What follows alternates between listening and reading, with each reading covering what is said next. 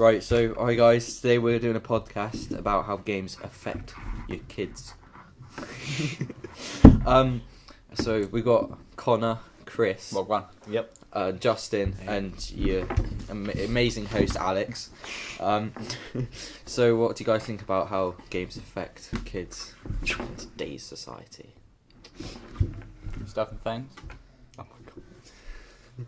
So like what? Well, video games are becoming a very big addiction to kids these days, you know, and they're up there with a list with alcohol and drugs. They're pretty strong. Did you say it's as bad as drugs and alcohol? I'd say the addiction is quite as strong as both of them because, you know, the strong hardcore gamers they never put down a controller or the mouse, you know, just never stop. That's true, but the effects from doing drugs and alcohol are different Oh yeah, like to video games. games can kill you and shit, you know, like. Oh yeah, just Language, straight like Chris. that. Family friendly, Connor. Okay, poo. Thank you. Right. You go, Chris. Yeah, what do you think about how games affect kids these days? I mean, it could be a bad influence for young kids because for me, it taught me like to swear. Like, I know that's a weird thing to say. Cursing words. It did. Like the community on some games are pretty toxic, and that could like affect like how a kid grows up. So you'd say the online part of it's very different to like an actual Solo, yeah. point of a game. Yeah, that's understandable. What about you, Justin? What are your thoughts on this? Well, going to the whole nature-nurture thing, Oh yeah. quite a lot of kids, instead of spending time with their family, they play games. Yeah. So they've been nurtured by games. Yeah. And in nature, they may be nice kids, but because of games, they may turn out violent for a short period of time after playing the game, Yeah. and for the rest of their life. But so yeah, say if I had bad nature but I had good nurture, would that be a different outcome? Would I still be, if I played a game and I went proper cray cray, would that be as equivalent? Possibly, yes, as you're bad by nature. And if it's harder, I would say, if you're bad by nature to be nurtured to good. Yeah. All right. Well, we're gonna go on to one of our games, which is called Life is Strange. And there's a main character called Max, I believe, and Cole is a very close companion. But through that game, there can be times where you could call their relationship as heterosexual on levels. What's your verdict, guys? Well, see, it all depends on how you play out the game. If you treat Warren, one of the friends of Chloe and Max, if you treat him as a friend and choose to kiss Chloe when she dares you, it ends up as a romantic relationship. And they kiss at the end. If you persuade Warren and don't kiss Chloe, they just become incredibly close friends. So you would say that they're treating both sides here, that you can choose who you want to be. That is true, man. That is true. Very, So you're true. not being one-sided. Yeah, you choose your path. Yeah. Okay, well, through the game, I think that you and Justin have both looked into this. Do you mind explaining the story and plot of Life is Strange in a rough detail? Wow. So you start as a high school girl, and basically it's a choice-filled game. But these choices aren't like your normal sort of Walking Dead sort of choice, Yeah. like Telltale games. Yeah. But it's more you do something and then you can rewind time and then change it if you want. So if that part of rewinding time was removed, would you make more, like, your decisions more carefully, or would you just still go through them the same way as you would if you could rewind time? I reckon that you'll choose decisions more carefully because obviously when you can rewind time, you can you don't really think that much, you know, because you can still rewind and just choose your path again, you know. Whereas if you don't have that rewind aspect, then yeah, you know, you choose carefully because you know you can't go back and change things, you know. So you have to choose much more carefully. Yeah, I believe there's a scene where sad topic of a girl jumps off the top of the roof. Oh yeah. And most people outcome is they push her to do it, but if the part that they couldn't rewind time wasn't there, most of them, I'm guessing, would say that they wouldn't want to do that. It's true. Going on to the next one. As Max is the only character that can change time, does that show any sexism to how females are unstable? I haven't got one for that one. No. You don't. Oh. I wouldn't say that it portrays her unstable. It's just a power she has, which is just by chance. Okay. And through the game, how's Max's relationship with her parents as she's going through her teenage years? I can't remember what this is now. Where is it? Ah, yeah. Oh. Yeah. Alright, what's your verdict? Max has quite a good relationship with her parents. Her parents care for her deeply. This is quite clearly seen due to their separate birthday texts and her mother's encouraging texts at various points in each episode. Yeah. Max's mother also gets a special mention as Max talks about the coconut bite in her bedroom, revealing that she got a $200 gift certificate with them for her birthday. She likes her dad quite a lot. No, wait, yeah. 1 second. Well, she likes her dad quite a lot, like when she talks about when they go to the hockey games together to support the Seattle Thunderbirds. Yeah, that's what I got for now. Well, I guess that means that she's got a very good relationship. Yeah. And is it her best friend Chloe? Yes, that is. I believe her father died in a car accident. Does this show any effects on Chloe as a teenager, and does that prove to any unstable factors? Well, when Chloe's father died in the car crash, she did change quite a bit, because when her father died, Max moved to Seattle with her parents, and basically it left Chloe with no one except for her mum. And Yeah. her and her mum, they were okay, but they weren't the best, you know. And then a man came along. I believe his name was David Madsen. Yes, that's it.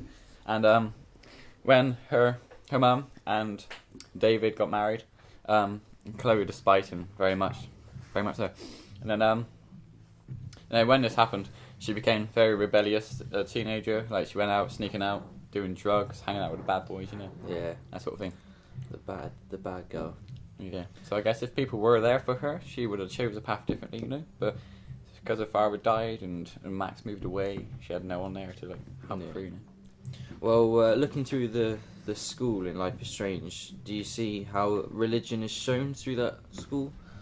There was a character called Kate. She was born into a heavy Christian family, and throughout the game, it shows the main religion in the game is Christianity, because there aren't really any evidence of any other religion out there except for Christianity.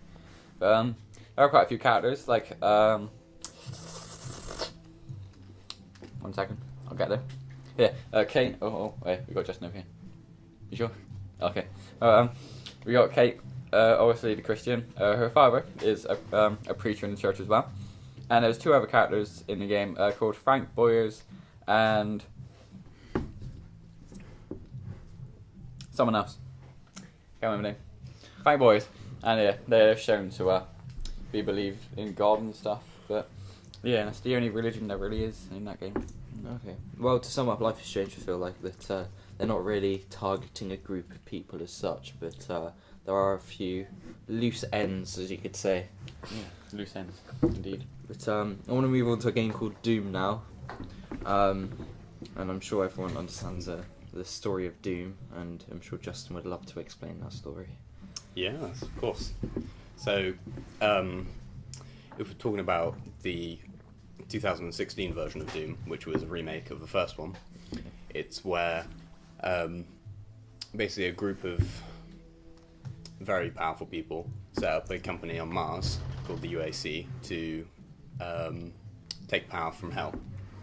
And that resulted in opening up a portal to Hell, and the demons came through and invaded the facility, which meant that they had to wake up the Doomslayer, which is a powerful being from an old world, and he hates demons.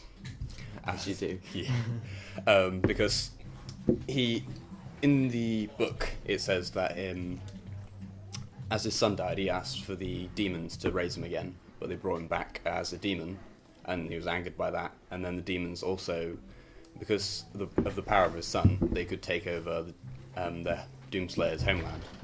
So, and that's why he hates demons. Well, that's very summed up. But so going back to when the UAC was set up and they wanted to get power from Hell, would you say they were invading Hell or were they defending themselves from Hell?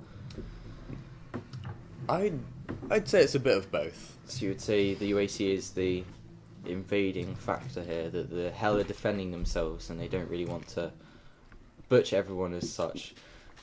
Okay. Yeah, I would say that. So the Special Forces Marine, or the main character, Doomslayer, is that right? Is there any reason for his hidden identity, or to keep his gender neutral? Not particularly, but he was never named, so it was, and it was said by the developers to make the game more immersive, so it could be anyone, like it's just a guy in a suit. Yeah, so it could be female or male, so it's not being gender specific. No. Okay. Well, is Doom too violent?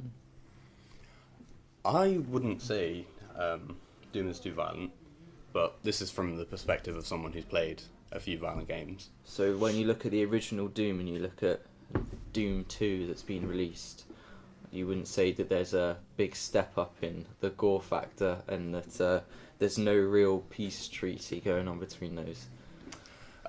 No, I wouldn't say that, but it's to be expected in a Doom game because, and with the evolution of graphics as well, it just seems more violent even though it may just be the same amount of violence but with more detail. Is a good one. How can you distinguish a violent action in a game compared to a violent action in the real world? Well, in the case of Doom, I would say it's quite easy to distinguish the violence in that game from real life, as most normal people can't crush someone's skull or rip off the limbs of someone, so it's a bit far-fetched from reality.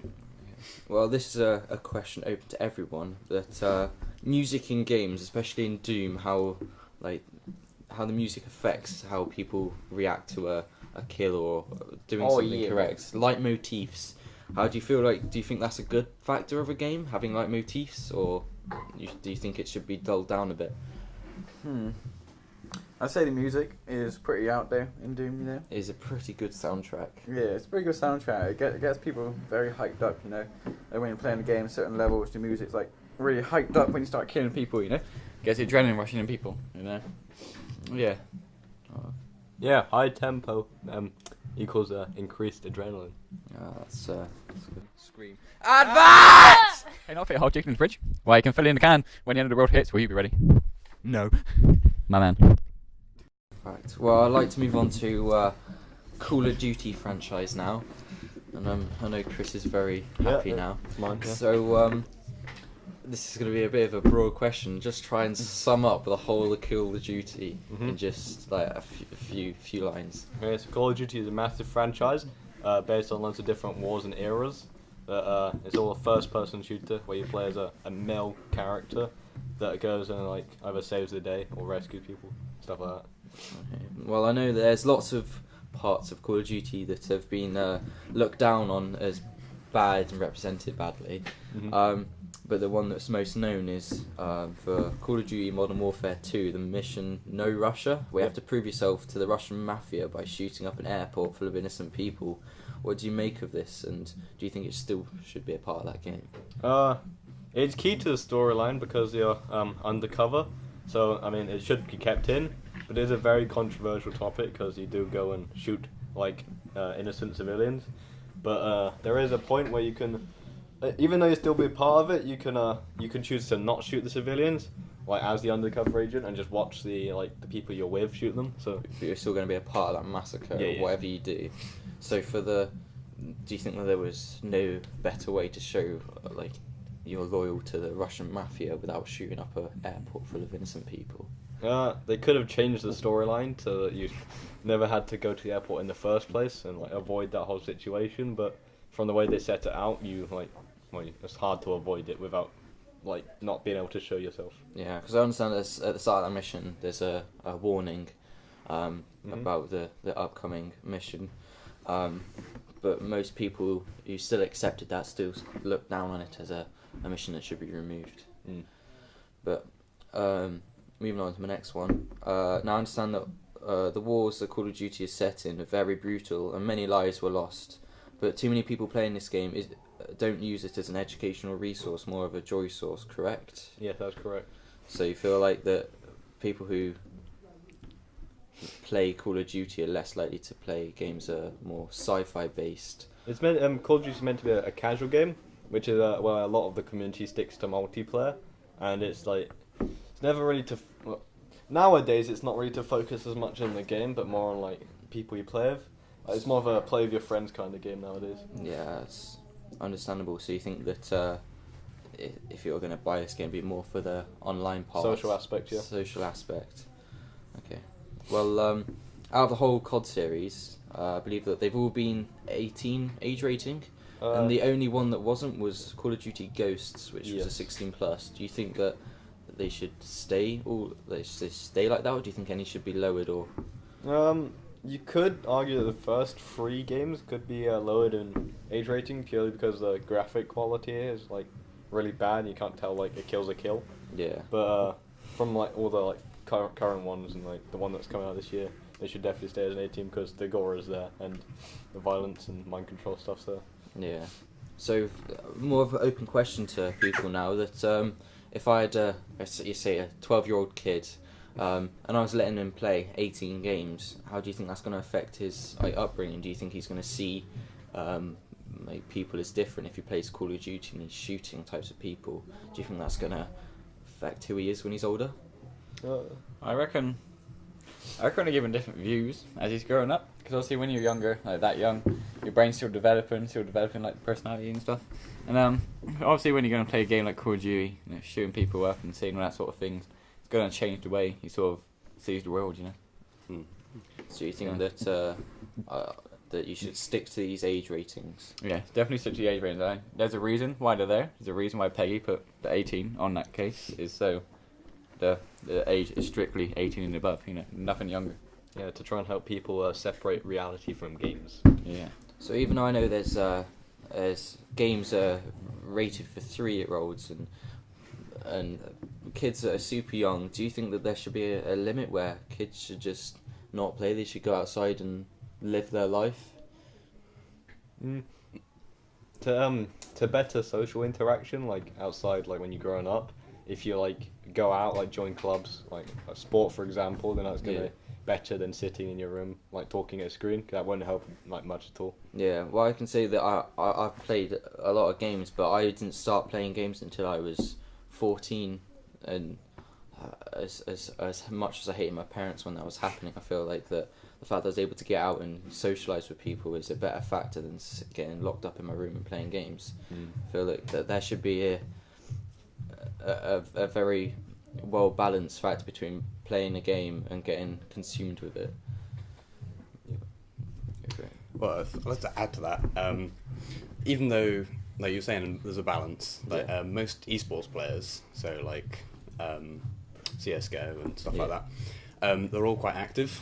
So they don't just sit at their computers all the time. They do go out and they have a large social life. But on the majority, you see people who are at our age, like 16, 17, that are pro gamers, as they want to call themselves. Do you see them with much social life? Like, do they get out? No, not really. Most of the time spent talking on the computer. Yeah, that's what I mean. I feel that there needs to be a well balanced, and when you're growing up, having images of shooting people, like playing GTA, where you're going down every corner and you find some stripper on the side, it's very it gives bad impressions to kids, and I feel like that should be changed. Has anyone got any thoughts against that? I say it's true, I think kids should go outside, enjoy life, and not be hidden behind a computer screen all their life, No. I feel like the addition of like parental controls to it, like consoles and PCs, help. Like when they like set like limits, like a couple of hours or something like that, just so that they have the time and they're forced to come off. Yeah, I think that's a good idea, but we can roll back to an event where a kid played Manhunt with his friend, and he ended up killing his friend because he's been obsessed with that game. Do you think that getting obsessed with a game and not leaving it's going to lead to like factors like that, where kids are going to be out of control and they're going to do things that to them seems normal because they've been brought up with a life of seeing like brutal murders, killings, and whether it's on a game or not, it's still something that's affecting them. I reckon it'll bring out some effect in the real world, because obviously if you're an obsessive gamer like he was, if you play that game for ages, like non-stop, then it will cause some outcome in real life, like all those things you've been seeing, all those slaughters and stuff, it's going to make him take that out on action in real life. So I reckon it'd be the same for other people too. So. Well, I think I've got a good idea and understanding of all of these. Have you got anything else that you would like to add? Well, I'd go back to the whole nature versus nurture thing. Yeah.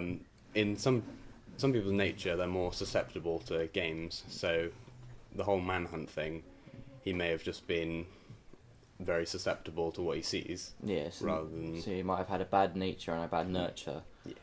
But I guess it is a list that you can have bad nature, bad nurture, you can have experiences that have troubled you and things like that, but everyone's ticking one or two of those off. At what point would you say people need to be like put on a watch list as such for having that type of background and playing games like that? I would say it's quite hard to tell, as well, when you're playing a game, most people are alone, Yeah. and it's not, unless you play like on a console or something, it's not something you But still, do in a room. it may be a social fact, but it's nothing like meeting people in real life and speaking to them face to face. As much as you love Call of Duty, but no, I think that you've got to be able to tell your kids no, that you can't play this because you need to go out and enjoy your life. It's no bad thing. I reckon there should be more parental control with these games, because all those kids out there, like the younger kids, they come straight in from school, get dressed, and then spend the rest of their night playing games. Or even older teenagers like us and spend most of their time playing video games and stuff. And if they don't live with their parents, I reckon the parents should have like a set time, something, like a couple of hours on games, shut it off, turn the internet off if they have to, and then force them to go outside, Because playing video games non-stop isn't really gonna help you in life. So. For our age, should we not be old enough to know when to stop? I know. I mean, we should be old enough to know, but if we're not old enough, I mean, you've got people out there that will tell you when's enough. Yeah. Well, going for a personal factor, when you get home, do you go out? Do you work then play, or do you do work and go out? I usually play a video game like last thing at night. We're at 8 o'clock, come off play games like 3 or 4 hours maybe, not that much, but sometimes not even that.